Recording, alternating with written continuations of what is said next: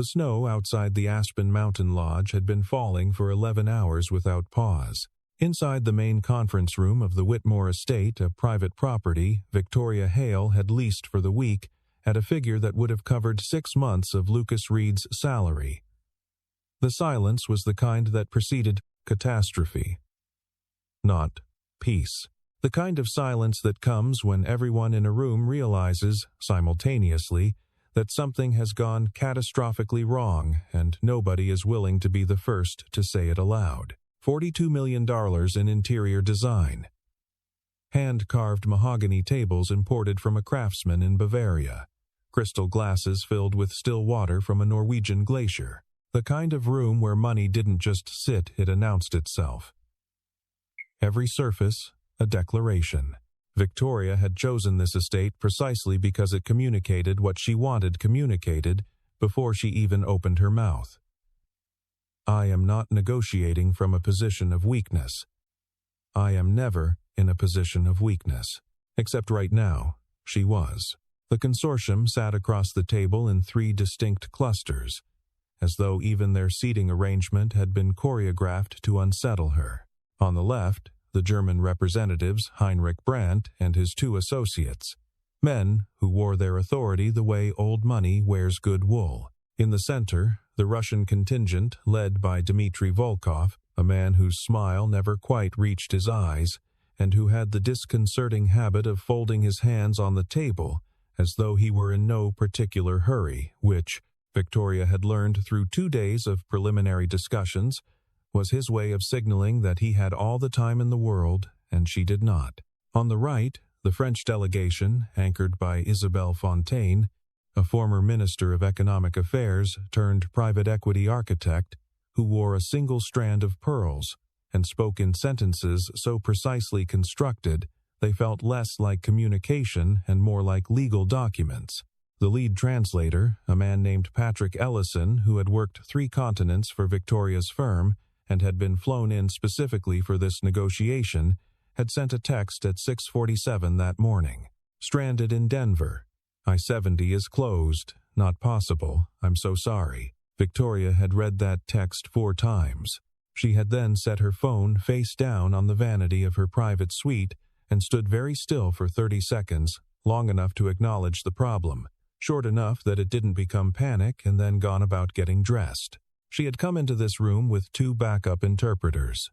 The first, a junior associate named Garrett who handled French and had passable German, had lasted approximately 40 minutes before Volkov opened in rapid Siberian-inflected Russian that bore almost no resemblance to the textbook language Garrett had studied at Georgetown.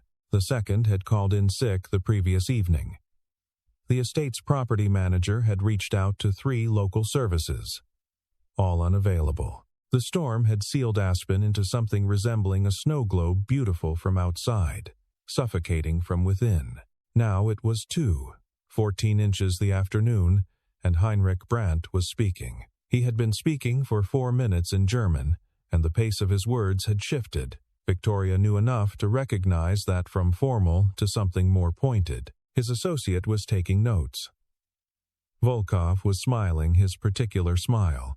Fontaine had produced a secondary document from her leather portfolio and was sliding it across to Brandt with 2 fingers, as though the gesture itself were a formality they'd rehearsed. Victoria understood what was happening. She had been in enough rooms like this to read the weather without a forecast. They were adjusting the terms. Right now, without her being able to follow a single word with precision, they were adjusting the terms of a $1.3 billion acquisition, and every second she sat here nodding with careful neutrality was a second in which she was losing ground she could not afford to lose.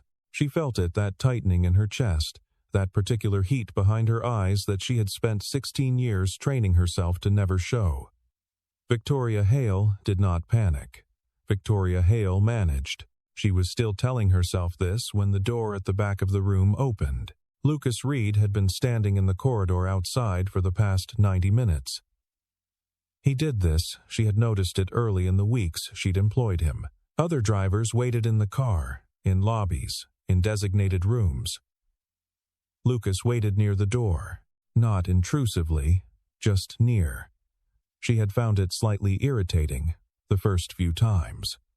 Today she had registered his presence the way you register weather. Factual, not particularly consequential. He was wearing the same dark jacket he always wore. He hadn't changed for the meeting because he was not supposed to be in the meeting. He was the driver. He stepped through the door. Victoria looked at him. A fraction of a second, the kind of look that asks a question without asking it. Lucas didn't look back at her. He walked to the center of the room, stopped, and addressed Heinrich Brandt directly. Not loudly, not dramatically, just clearly. He spoke in German. The words were precise. Victoria caught nothing, her German extended as far as Danke and the names of a handful of wines, but she heard the shape of it. Formal registers. The particular rhythm of a native speaker navigating technical vocabulary. Brandt blinked.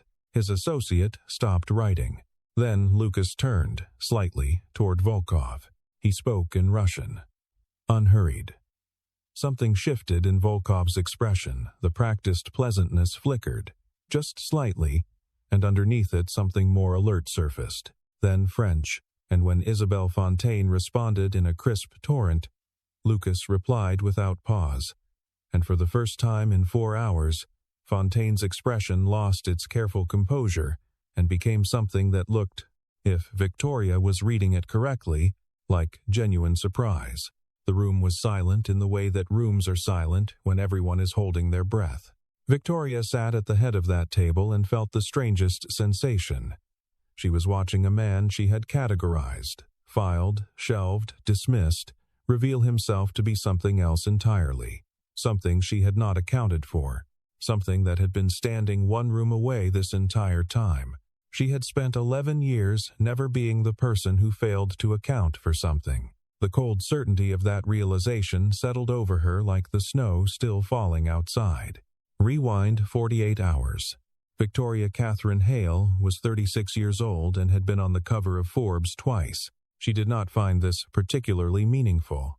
Forbes was a publication that treated success like a beauty pageant, and Victoria had never been interested in pageants, but she understood that it communicated something useful to the people she needed to communicate things to. So she allowed the covers. She didn't hang them anywhere. Hale Global operated in 12 countries. Its core business was strategic acquisition, identifying undervalued assets. Some people called it corporate rating. Victoria called it precision. The distinction mattered to her more than she would ever admit in an interview. She had built the company from a $4 million seed from an inheritance her father had left, and the fact that she had started with money at all was the one thing she'd never been able to fully insulate herself from in the press. Born rich, stayed rich was the subtext beneath every third article. What the articles never accounted for was the decade of 18-hour days, the 3 failed acquisitions she'd absorbed without blinking, the moment at 31 when she'd been 48 hours from a forced liquidation and had spent an entire night restructuring her position through instruments her own CFO hadn't understood. She'd survived it. She'd come out on the other side having learned something her MBA had never taught her, that the only thing standing between you and collapse at any given moment was the quality of your preparation. She believed in preparation the way some people believe in God. It was axiomatic. It was moral. If you arrived unprepared, you deserved what happened to you. This was, she was aware, not a philosophy that allowed for much sympathy. Victoria did not think sympathy was her job. She thought results were her job.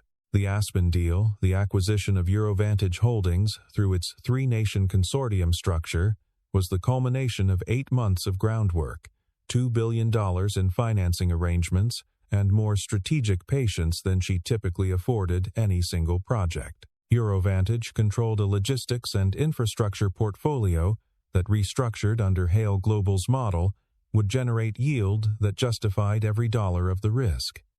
She had run the numbers herself. She ran all the numbers herself, a habit her analysts found somewhere between charming and unnerving. She had chosen Aspen because she liked to control the environment. A private estate meant controlled access, No press, no leaks, and the psychological pressure